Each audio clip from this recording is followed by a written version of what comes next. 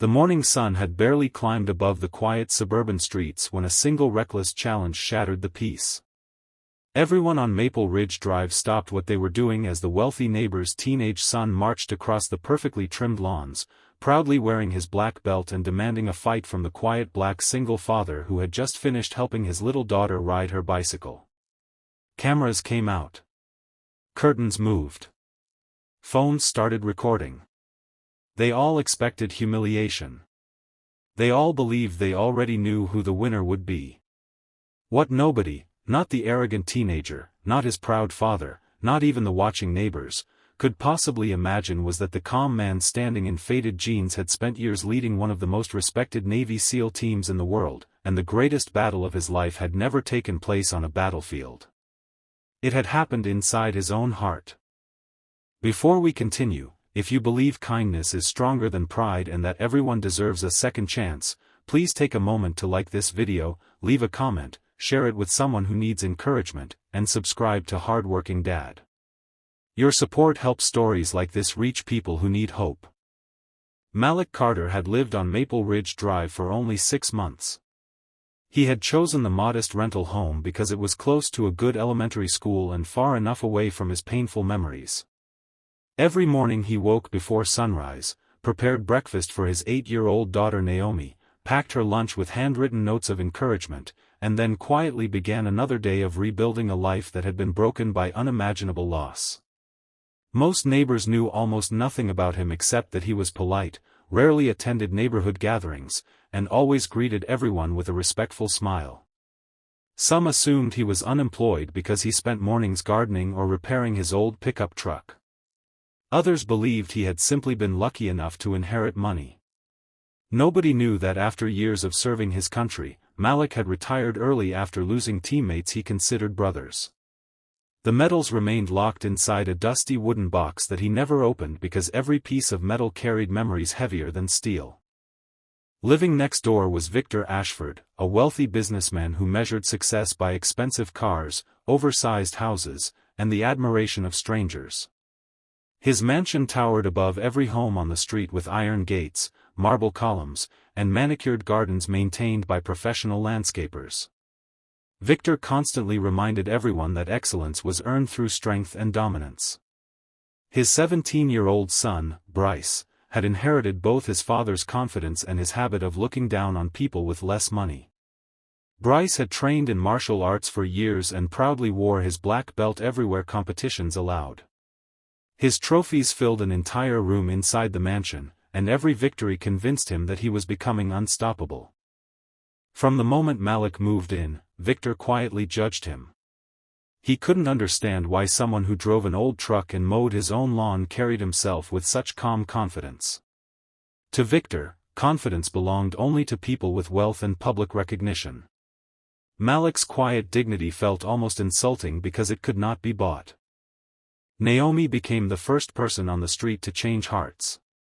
She smiled at everyone, helped elderly neighbors carry groceries, and left handmade thank you cards in mailboxes whenever someone showed her kindness. Even people who ignored Malik found it impossible to dislike his cheerful daughter.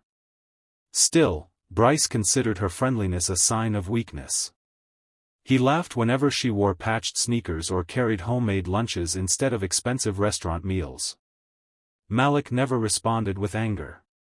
He simply reminded Naomi that people often spoke from places of pain they did not understand. One bright Saturday afternoon, the annual neighborhood charity picnic filled the community park with music, laughter, and games. Families gathered under colorful tents while children competed in friendly contests. Victor proudly sponsored a martial arts demonstration where Bryce broke wooden boards, performed spinning kicks, and accepted loud applause from the crowd. Cameras flashed as Victor announced that discipline created greatness and weakness deserved no respect. Many neighbors nodded without questioning his words. Meanwhile, Malik volunteered quietly behind the food tables, grilling burgers and serving drinks to families without asking for recognition. Naomi spent the afternoon helping younger children who were too shy to join games. Several parents noticed that Malik thanked every volunteer personally before cleaning tables long after others had left. His humility stood in sharp contrast to Victor's constant search for attention. As the afternoon continued, Bryce noticed Naomi struggling to balance on a borrowed bicycle near the park entrance. Instead of encouraging her, he mocked her attempts while several teenagers laughed. Naomi tried to hide her tears, but Malik gently walked over, steadied the bicycle, and patiently showed her how to keep her balance. She fell several more times before finally riding several yards on her own. Her joyful laughter echoed through the park. The applause she received from nearby families embarrassed Bryce far more than he expected. Fueled by wounded pride, Bryce marched directly toward Malik and loudly challenged him to fight. He announced that a real man should prove himself physically instead of pretending to be noble. Silence spread across the park. Parents hurried children away while phones began recording. Victor stood nearby with folded arms, convinced his son's confidence would impress everyone. Malik looked calmly at Bryce before quietly shaking his head. He refused because real strength was measured by the battles people chose not to fight. Bryce interpreted the refusal as fear. His insults grew louder. He questioned Malik's courage, his character, and even his ability to protect his daughter. Naomi clutched her father's hand, frightened by the growing crowd. Still, Malik remained completely still. Then something unexpected happened. An elderly veteran named Harold Benton, who had been sitting quietly beneath a nearby tree, slowly stood and walked toward the gathering. Harold recognized Malik immediately. Years earlier they had crossed paths during military ceremonies honoring extraordinary service. Harold's voice trembled as he asked if the quiet father before him had once commanded SEAL Team Echo during several dangerous overseas missions. Malik gently nodded, hoping the conversation would end there. The crowd fell silent. Harold removed his old veteran's cap and held it respectfully against his chest. He explained that countless service members were alive because of the courageous decisions Malik had made under impossible circumstances.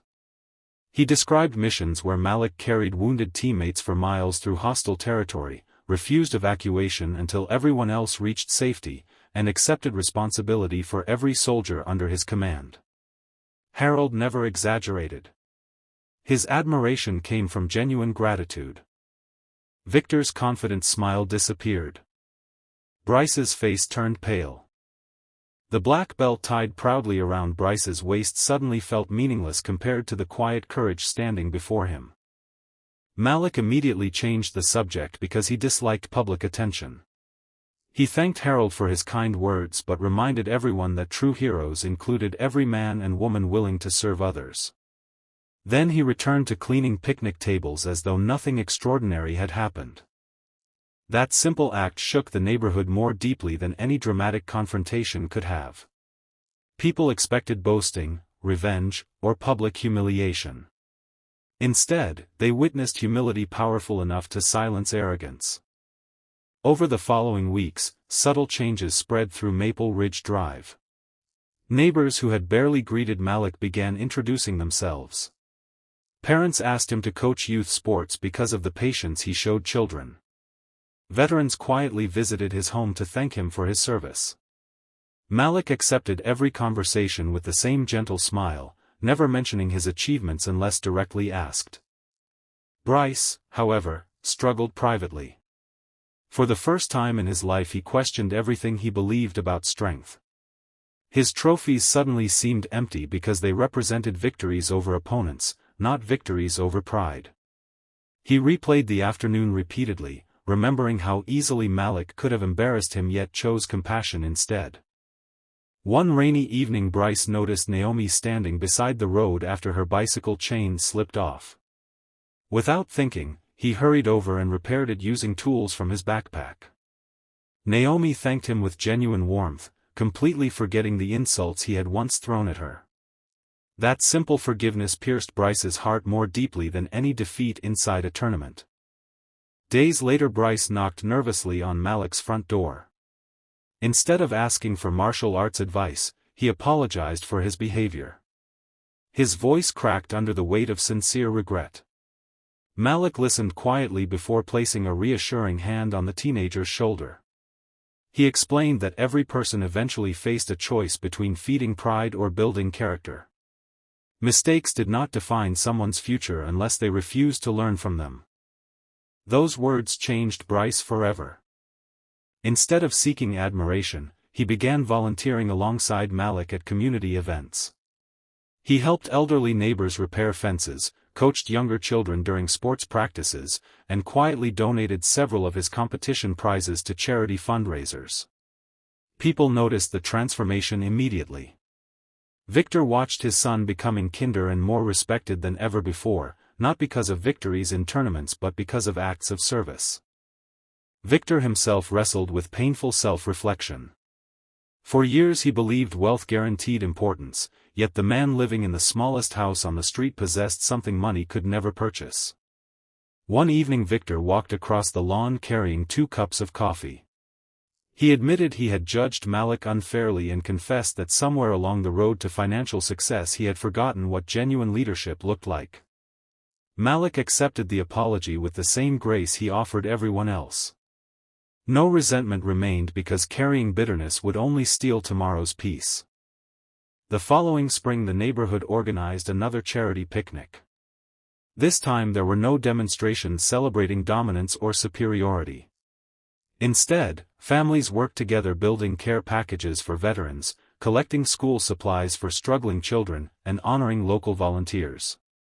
Bryce stood beside Naomi distributing food with a smile that came naturally.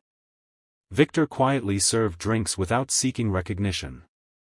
Malik watched the community laughing together beneath the warm daylight, grateful that healing often arrived in unexpected ways. The greatest victories were never recorded on scoreboards, engraved on trophies, or displayed inside expensive homes. They lived inside hearts willing to forgive, humble themselves, and choose compassion over pride. Malik had survived dangerous missions across distant lands, but perhaps his most meaningful accomplishment happened on an ordinary suburban street where one act of patience transformed an entire community. Before we finish, if this story touched your heart, please like this video, share it with family and friends, leave a comment about the lesson that inspired you most, and subscribe to Hardworking Dad so more uplifting stories can reach people who need hope.